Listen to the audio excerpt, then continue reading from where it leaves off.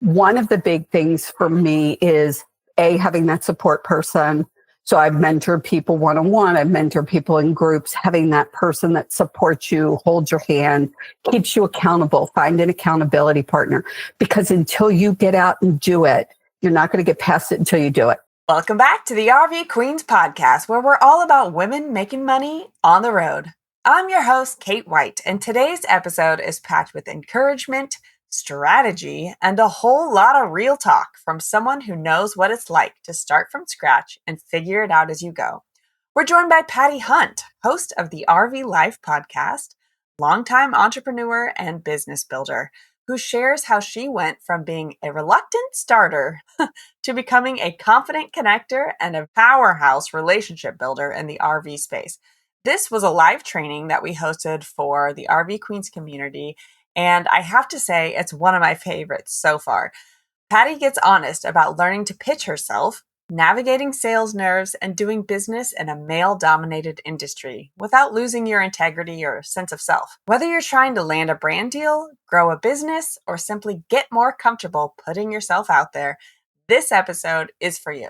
So grab your coffee and let's roll. Super excited to have Patti Hunt tonight as a co-host for this event. We do these online events for the public every other month. And then in the off months, we have like a big online event for like RV Queens community members. And let's see. So I met Patti at the content creator event in Tampa in January this year.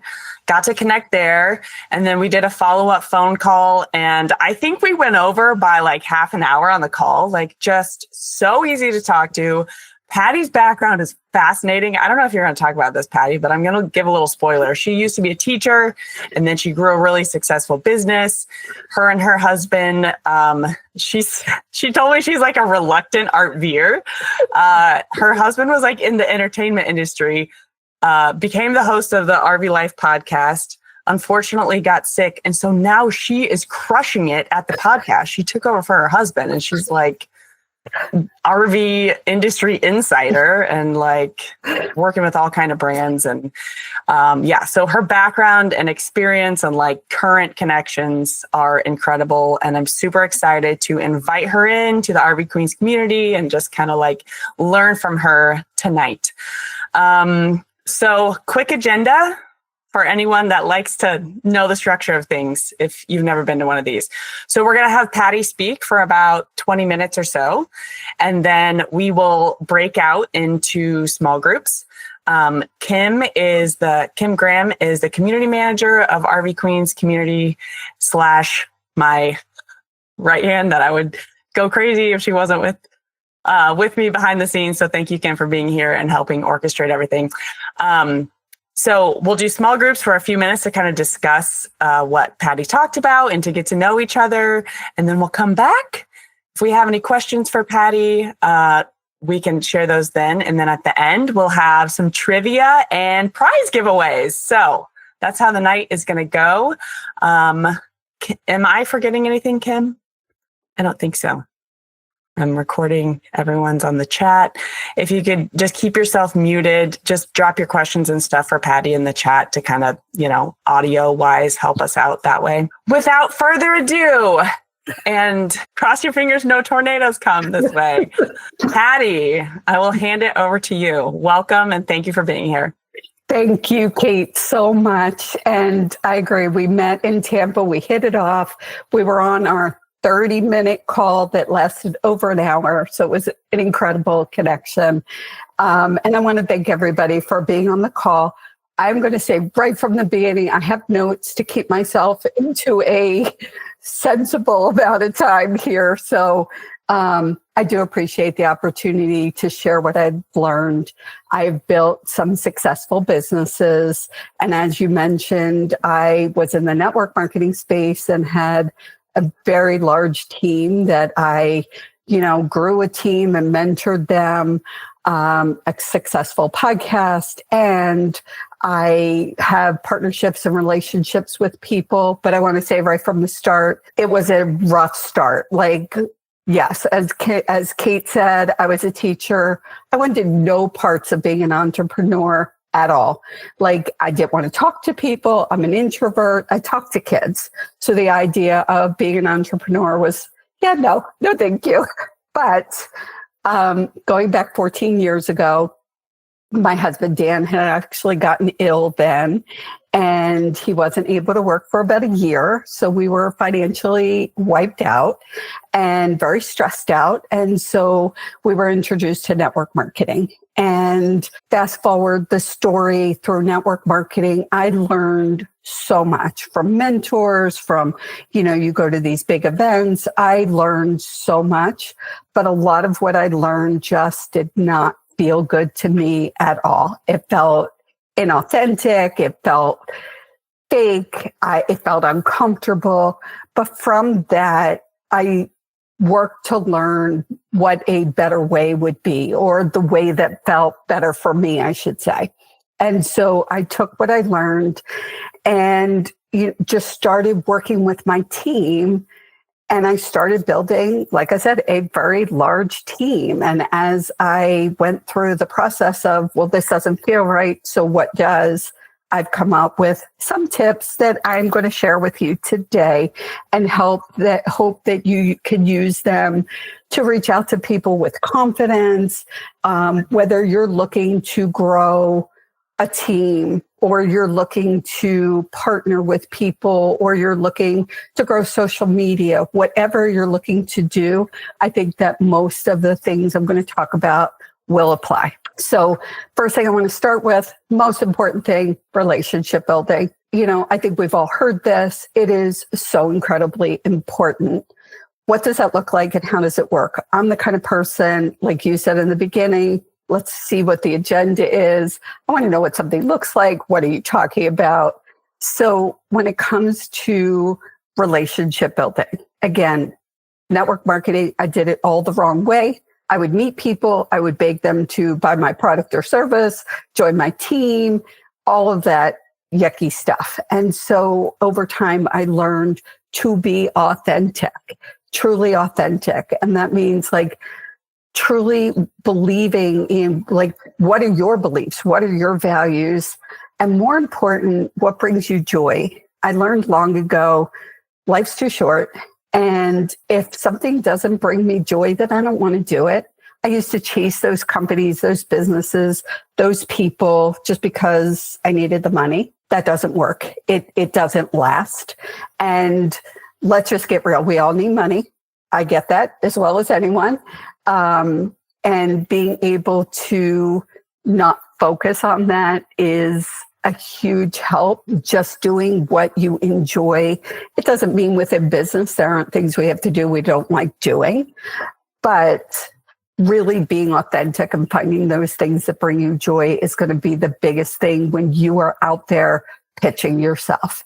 The next thing I would talk to my team about, because a lot of my team members had learned how to just pitch people, just ask them to join their company, help me out and buy this product or service.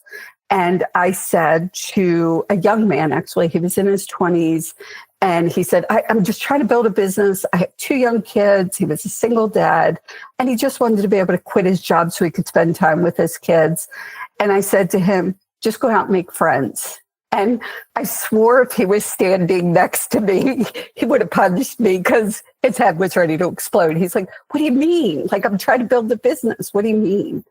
And what that means is you go out there and you connect with people from a genuine, caring, just to make friends. It's like if you think about being around the campfire and somebody comes up and wants to sit down with you, you just talk to them. You're not trying to sell them something or pitch them something. You're just making friends. So I think that's really important in what we do.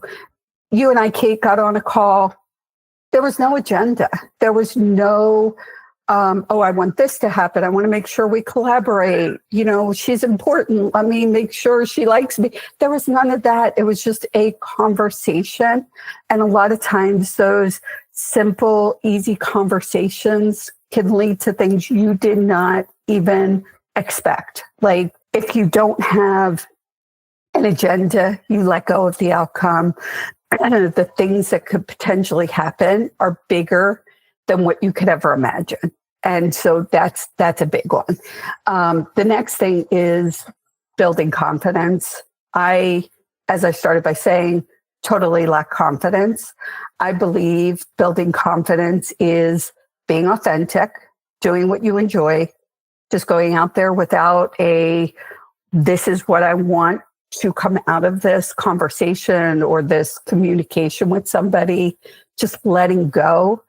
And building confidence is practice and doing it and falling on your face and getting up and doing it again.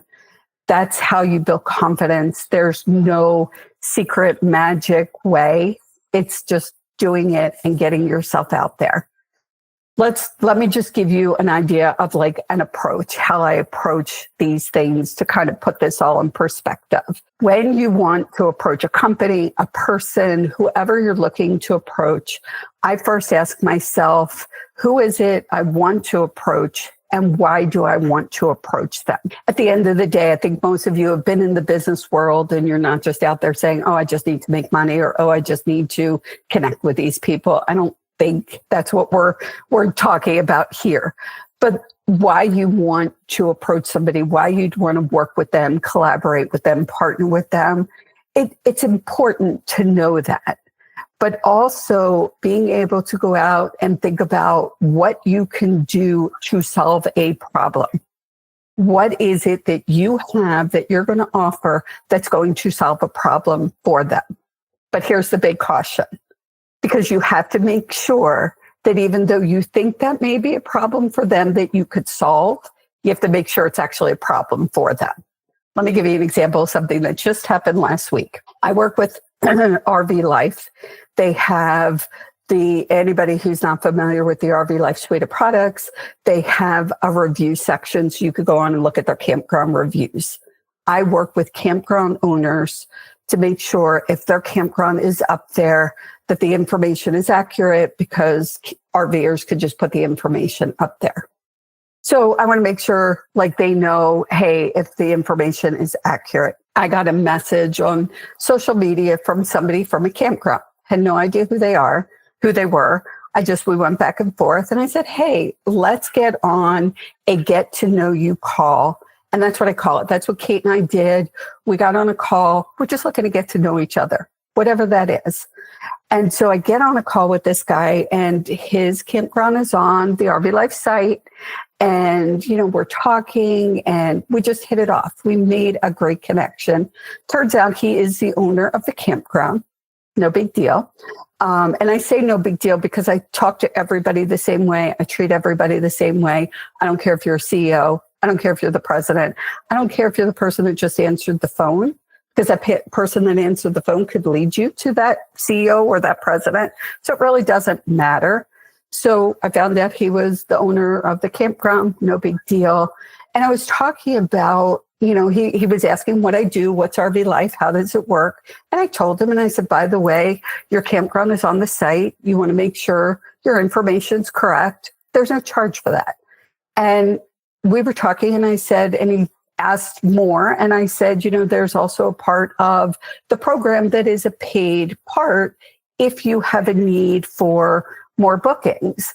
Now, most people would think campgrounds probably need more bookings. A lot of campgrounds that I talk to, they need them during the, shoulder seasons, during the week, whatever that is. But I asked him and he said, no, he said, actually, we're totally booked. I have a contract with the military because we're near a military base. And so right there, I could have said, okay, no, he's not going to be a customer. He's not going to be somebody I'm going to make money from. But we continued the conversation. And the point here is, to make sure if you have a problem you're going to solve, that it's actually a problem that they have. So that's a good thing to know before you start trying to solve their problem. But also in keeping with the conversation and not being attached to the outcome. It was basically a no. I didn't feel upset. I wasn't disappointed. We just continued to chat. And then later he said, well, I'm expanding the campground And, that program may be valuable. Okay, so there's a possible opportunity I wasn't familiar with. And then on top of that, he is part of a campground owners group. So maybe he's somebody that talks to somebody else that needs this service. So don't close yourself off. Long story, but there's a lot in there. Don't close yourself off. Be open for what else is possible. And I always think about that going into a conversation. That brings me to handling rejections. And I know part of the conversation that Kate and I talked about was me talking about how do you deal as women in a male-dominated industry. And I think the big thing for me, because I've dealt with the presidents of companies and most of the people I'm dealing with are men. And when I got to the point where I realized everybody was equal to me, nobody was better than me, I wasn't better than anybody else, I go into it honestly and just don't care. If you're a male or female, if you're the president, if you're the janitor, I don't care. I'm treating everybody the same way. And so when you have that kind of attitude, you could talk to a president in a company. They're human beings. They're real people. And it's not to say there aren't sometimes presidents, CEOs, owners that are not as warm and fuzzy, not as okay, not as nice about it. And sometimes then I choose to move on. That's not my person. And so I'll move on. But handling the rejection, handling the no. First of all, if you're not getting no's, you're not building your business. You're not working at your business. The first time I got that no, it was like a punch to the gut. I felt like I was going to die. I was a bad person. I did something wrong. I felt horrible. I was embarrassed. Anybody's ever done business and gotten a no, I'm thinking you might be able to relate to this. But excuse me, that's just part of it. And I think the only way to get past that no, to get over that, is to just keep doing it, to accept the fact that if it didn't work, maybe something later will come of it.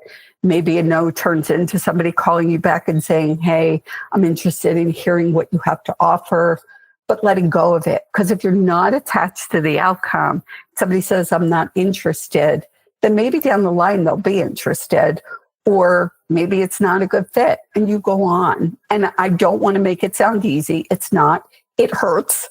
It does. But it's part of the business. It's part of what we do. Some of the things that I feel really supported me were things like the RV Queen community. It sounds like, and this is my first experience with it, but it sounds like an incredibly supportive group of people.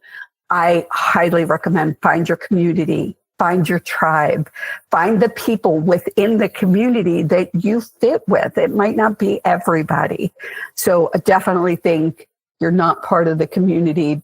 Check it out. See if that is something that resonates. Find people that you could connect with and say, hey, I'm struggling. Somebody that you could talk to. I did a lot of mentoring with people who just were stuck. Like, I'm afraid to hear that no. I'd rather go do dishes or scrub, dump the tanks than make that phone call, everything but doing what was uncomfortable. So definitely finding communities, finding your people to support you, listening to podcasts, listening to people that you resonate with to help you build your confidence.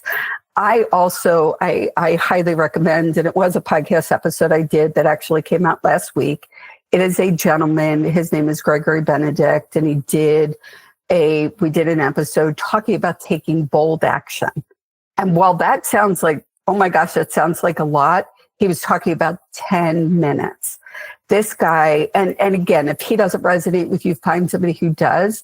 This guy just turned 30 a couple months ago. He's the wisest. I told him he's got to be an old soul because he does not sound like a 30-year-old at all. But he said he would just go out and do 10 minutes, 10 minutes that was a crazy, I'm just going to do it. And the information and advice he gives on the episode, I just felt, for me, it helped me. And, these are the kinds of things I highly recommend finding the people you could connect with. Get that support. Doing this alone is terrible. Get that support. I want to thank you, Kate and Kim, for doing these things because this is exactly what we need. So thank you for your time. Girl, that was a lot. Okay. I want to ask a question because I think I'm kind of embodying maybe someone that's new with sales skills. If there's women in the audience that are like, similar to your story, I used to be like a teacher or something that was like, I'm just dealing day to day with people in my life. I don't know about reaching out. I don't know how to pitch to people, yada, yada.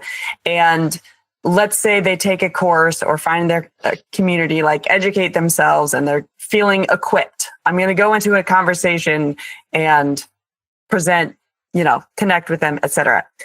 How do you advise women who just have a lot of like nerves, and anxiety? Like, I remember some of my early pitches, I was just like pitting out of my shirt and it's just so, you're like physically shaking. Yeah. Do you have experience with that in your past? And how do you advise women to kind of overcome those early nerves in the first conversations? Absolutely have experience. Like literally, I did not want to talk to people. Back to school night at my school, when the parents would come in, I would have the teachers on my team do it as a group so I could hide behind them. Like this would not have been something I would have done. And I say that because anybody that you just described on this call, I get it. And it is scary and you are sweaty. One of the big things for me is having that support person. So I've mentored people one-on-one. I've mentored people in groups, having that person that supports you, holds your hand, keeps you accountable, find an accountability partner. Because until you get out and do it, you're not going to get past it until you do it.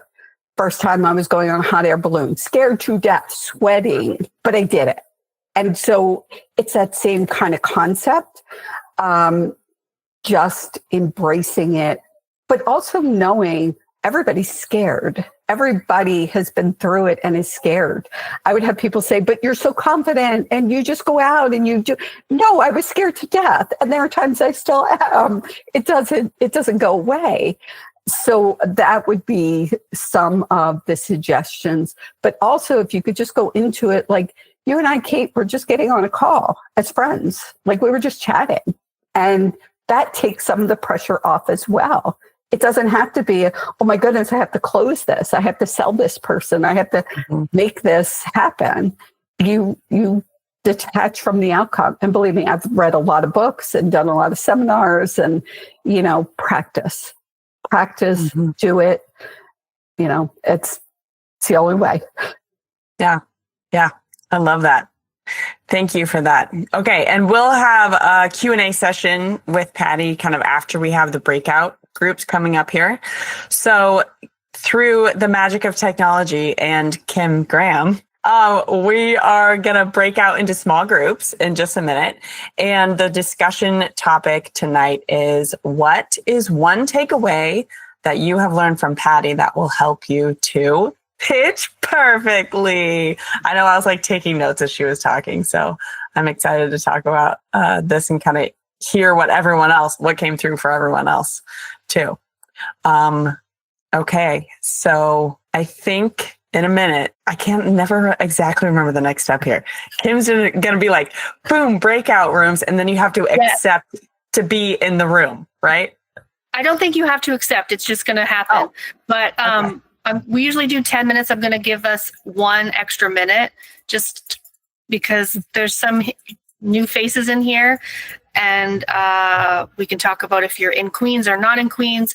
I've broken them up randomly. So you should flitter away in your groups in about 30 seconds. Flitter. Maybe. Love it. Well, for the 30 seconds, Patti, I'm so glad that you said that practice is how you overcame your initial nerves, because that's been my experience as well. Yeah. And I will say, when I was started in network marketing, I was in a house and I would go clean the bathroom instead of making the phone calls. Like I had phone calls, but I'd clean the bathroom or the kids. I had the cleanest bathrooms and kitchens in the world. Everyone knows that Colorado is one of the most beautiful places to camp in the US, right? Okay, if you're heading there this year, you've got to check out the Four Corners area near Mesa Verde and stay at the Cortez RV Resort by Our Journey. You'll enjoy mountain views, a heated pool, and even a 3-acre dog park. What?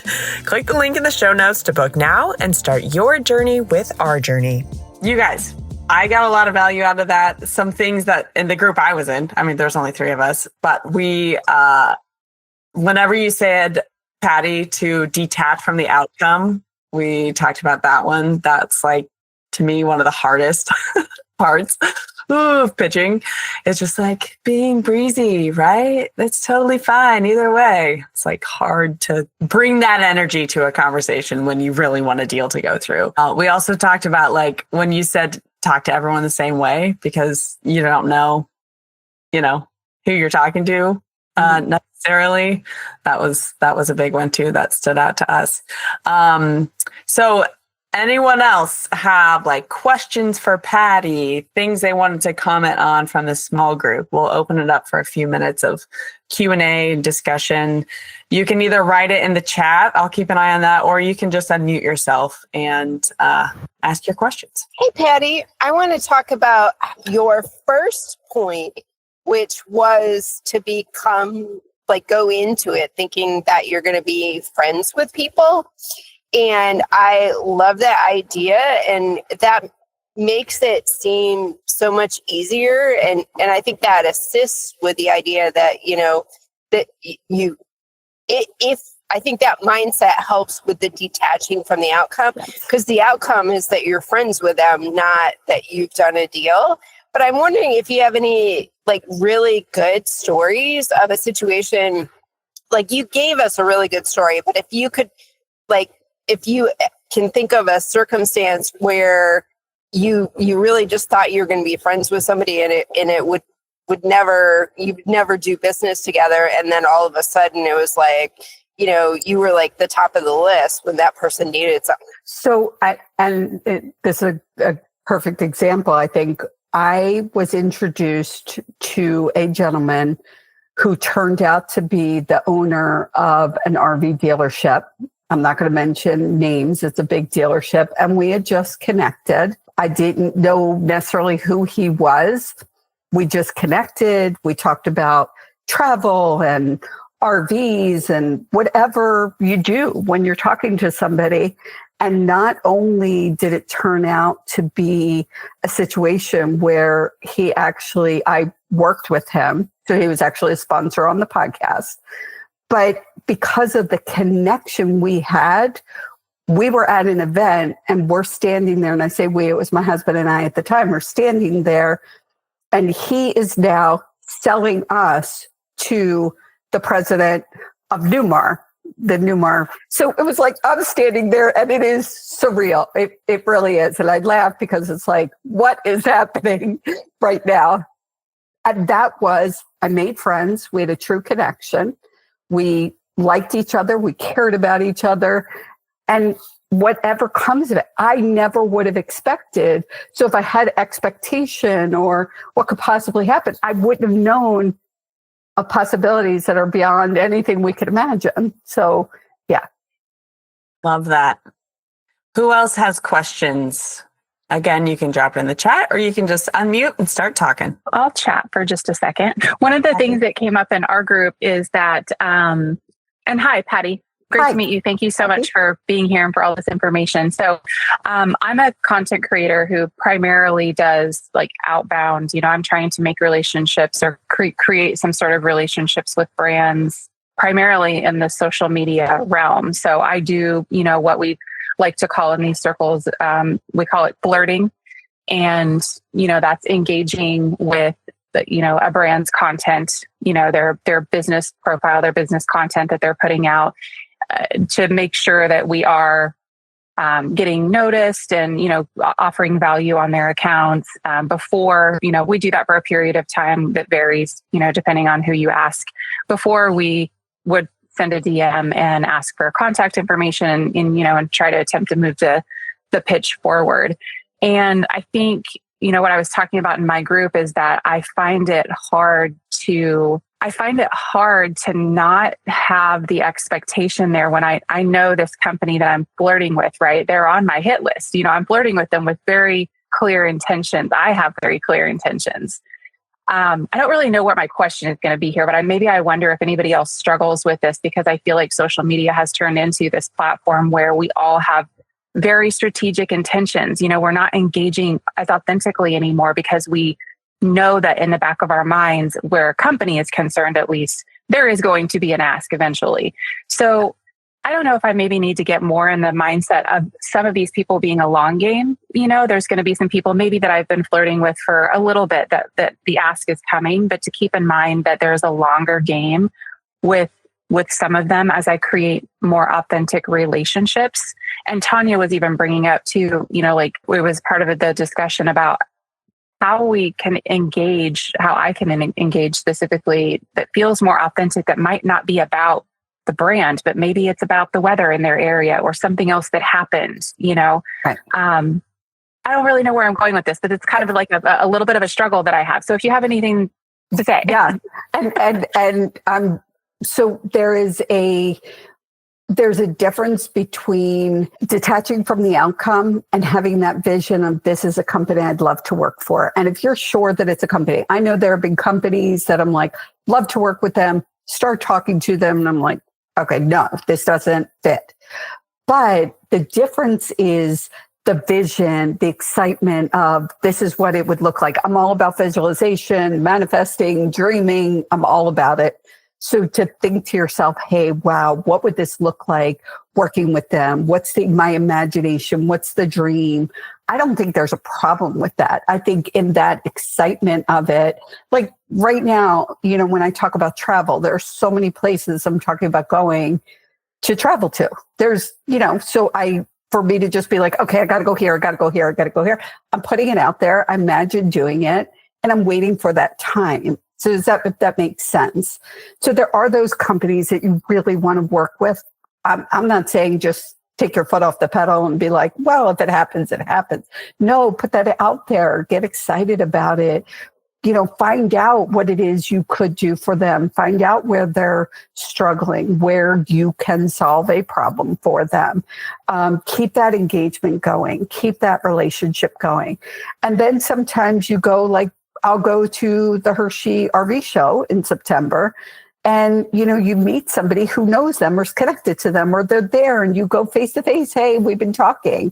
Some of those things, obviously, the bad news is some of them go by the wayside and some of them work out. I think it's become, and maybe this is a whole nother topic for another time, but I think there are companies now that are using marketing managers that are not on the same page. Like I'm dealing with the owner of a company.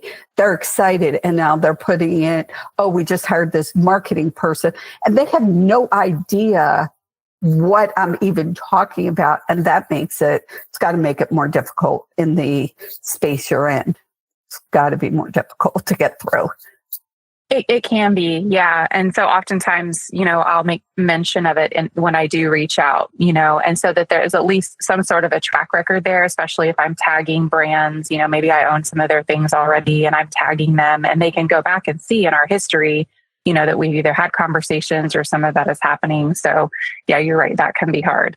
Mm-hmm. Thank you. That was super helpful. I appreciate it. I'm glad. Amanda, I saw you raised your hand. I didn't even know that was a feature. So go ahead. Hi, Patti. I'm Amanda Cooper. I actually kind of represent two brands. I have my personal travel brand, Slide Coop, and then I am also here representing another company that I started with two other full-time RVer creators called Nomadic Influence. So we have a community where we're working to get campgrounds, outdoor hospitality brands, and businesses, making it easier for nomadic creators to be able to find them. And we have like a website with a map, and we also organize a lot of content for brands and kind of work as like a talent agency as well as an ambassador for them. Anyway, I have my question comes more in the realm of campgrounds, because we do get approached and approach a lot of campgrounds. And I'm sure you know just as well as I do that technology for a lot of them is scary. And so when you come to them and you're trying to propose something about using influencers or creators to help them boost their visibility, or like with you with RV Life, you know, that's a whole new technology tool for them. Mm-hmm. How do you overcome some of their just straight up fears of technology in general? And that's where making the connection, being in your heart, making a connection. I go to campground owner events. So these are events, campground owners come in, there's people that are trying to sell things and they're doing seminars, and it's making that connection. I sat down with a woman and she sat there and I said, you know, why did you start a campground? I had the opportunity. Sometimes it's crowded. And she just we were hugging by the end of the conversation because she was sharing with me that she needed to improve her bookings. Her husband had passed 2 years before, and she was trying to keep the campground. She was probably older than me. I think I'm kind of old. So she was older than me, trying to keep this campground. And, you know, we were talking about the situation with my husband, and my husband is now in a nursing home full time. And so if I had just thought, I've got to get her into this program, I've got to sell her something, even though I was there representing RV Life, then we wouldn't have had that connection. And so the connection was there, and I can now walk her through those steps if need be. I have people that, when it comes to technology, I'm not the best at it. Like, I got on the call. Yeah, that's it. But, you know, then we could walk her through those. And she actually had somebody that was helping her manage things. So sometimes it's not the campground owner, it is a manager, the son, the daughter, the grandkid that's actually helping with those kind of technology things. But once you have that connection, you could see where their problems, their concerns are, and figure out if you could help address them. Sometimes you got to say, this is too much. I'm not going to be able to address this. I'm not going to be able to do this. Thank you. The partnership and the good relationship building. It keeps going back to that. And I got to say, when I started in network marketing and I was desperate to make the sale, I needed to make the sale. I was trying to put food on the table. I had kids, you know. Desperation is not a good way to sell anything. And I had a mentor, and anybody that knows the East Coast, he and I had gotten in the car, gone to the Wawa. Wawa is like 7-Eleven. That's what it's called here. We went and got coffee, and we're on our way back. And he said, you know, he was saying, you just have to be happy and the money will come. Well, I wanted to push him out of the car while it was still moving. What are you talking about? But once you get, you know, once I got that idea and I was able to let go of that and just believe that things are going to work out. And some of those things, those partnerships that don't work out the way you want, could be for the better, could be a blessing in disguise. Yeah. Thank you, Patti. You're welcome. Thank you guys for engaging and asking those questions. That was great. We are, just on a housekeeping note, running a few minutes behind, but I'm going to ask one more question. We might go a few minutes over. So I just think this conversation is so juicy and good. I just want to keep it going just a bit more. I'm curious to hear, Patti, like your personal sales approach. So you meet someone in person. It sounds like you like to prioritize in-person events. And then do you always follow up with just an informal phone call? And then if that goes well, follow up with like a more like business focused phone call, or what does your process look like when you are trying to, you know, get a deal flowing? Whenever possible, it's let's get on a call. I had somebody reach out to me that has a company. They sell travel trailers, and we got on a call, and I'll say, hey, tell me about you.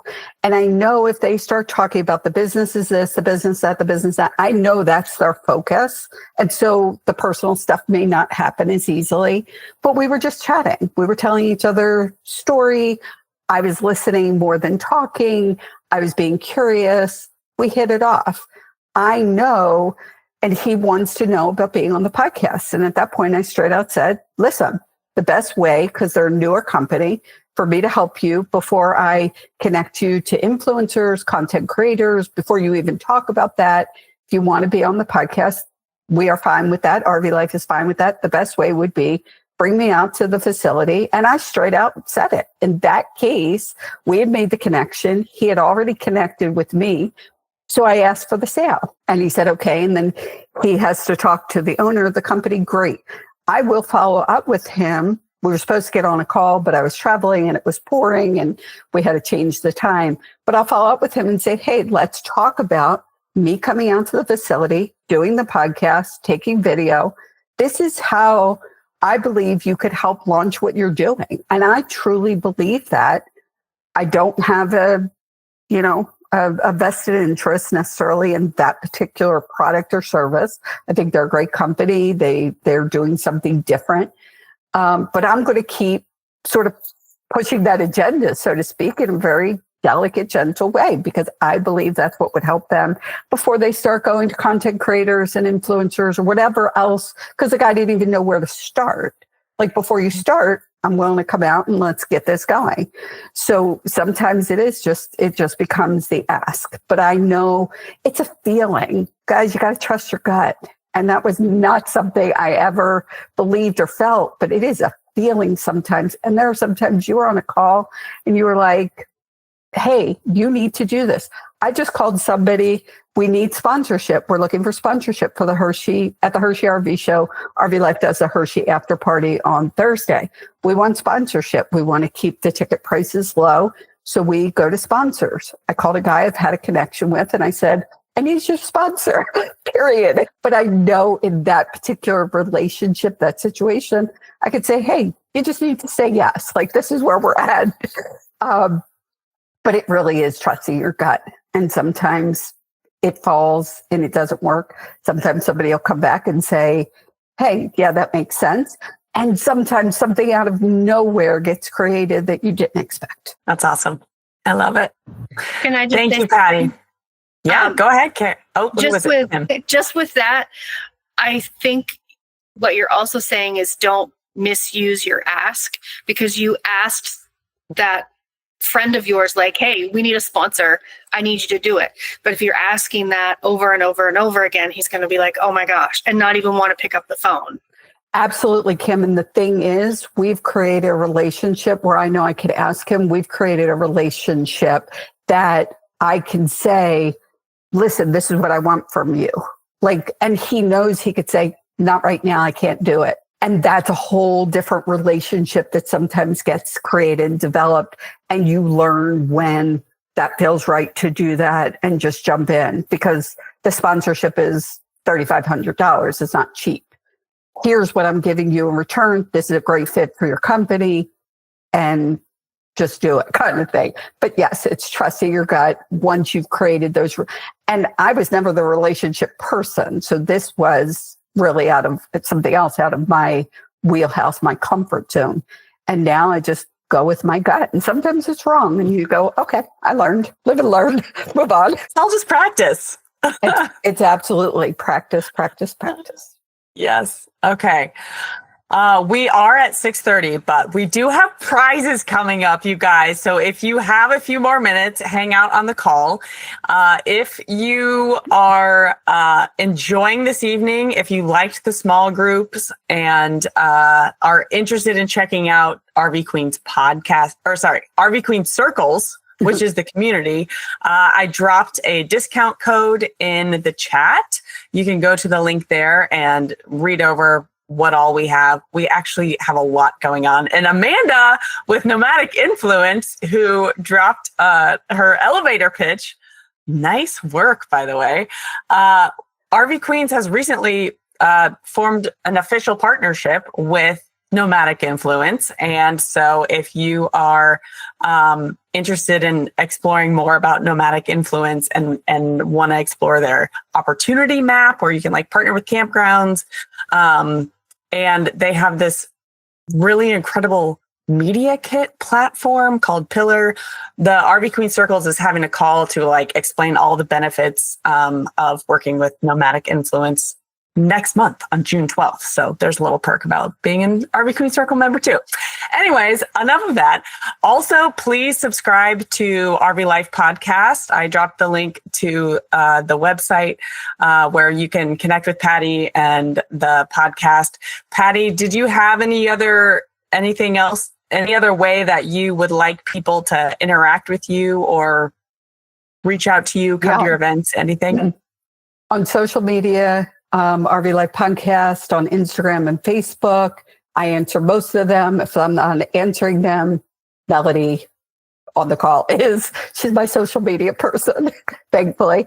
So yes, reach out. I'd love to hear from the people on the call. I know some of you already, but I would love to get to know you better. Thank you so much for tuning in to today's episode and for being part of the RV Queens community. Remember to hit subscribe on whatever platform you're listening on. And guess what? You can have conversations like I had on this episode with your fellow RV women who are living intentionally and making money on the road. Head to rvqueenspodcast.com/community to join RV Queen Circles today. It's a totally unique online space with a shared prosperity model that's all about community over competition. I'd love to have you be a part. All right, guys, I'll see you next week, or hopefully I will see you on the road. Cross your fingers, no tornadoes come this way.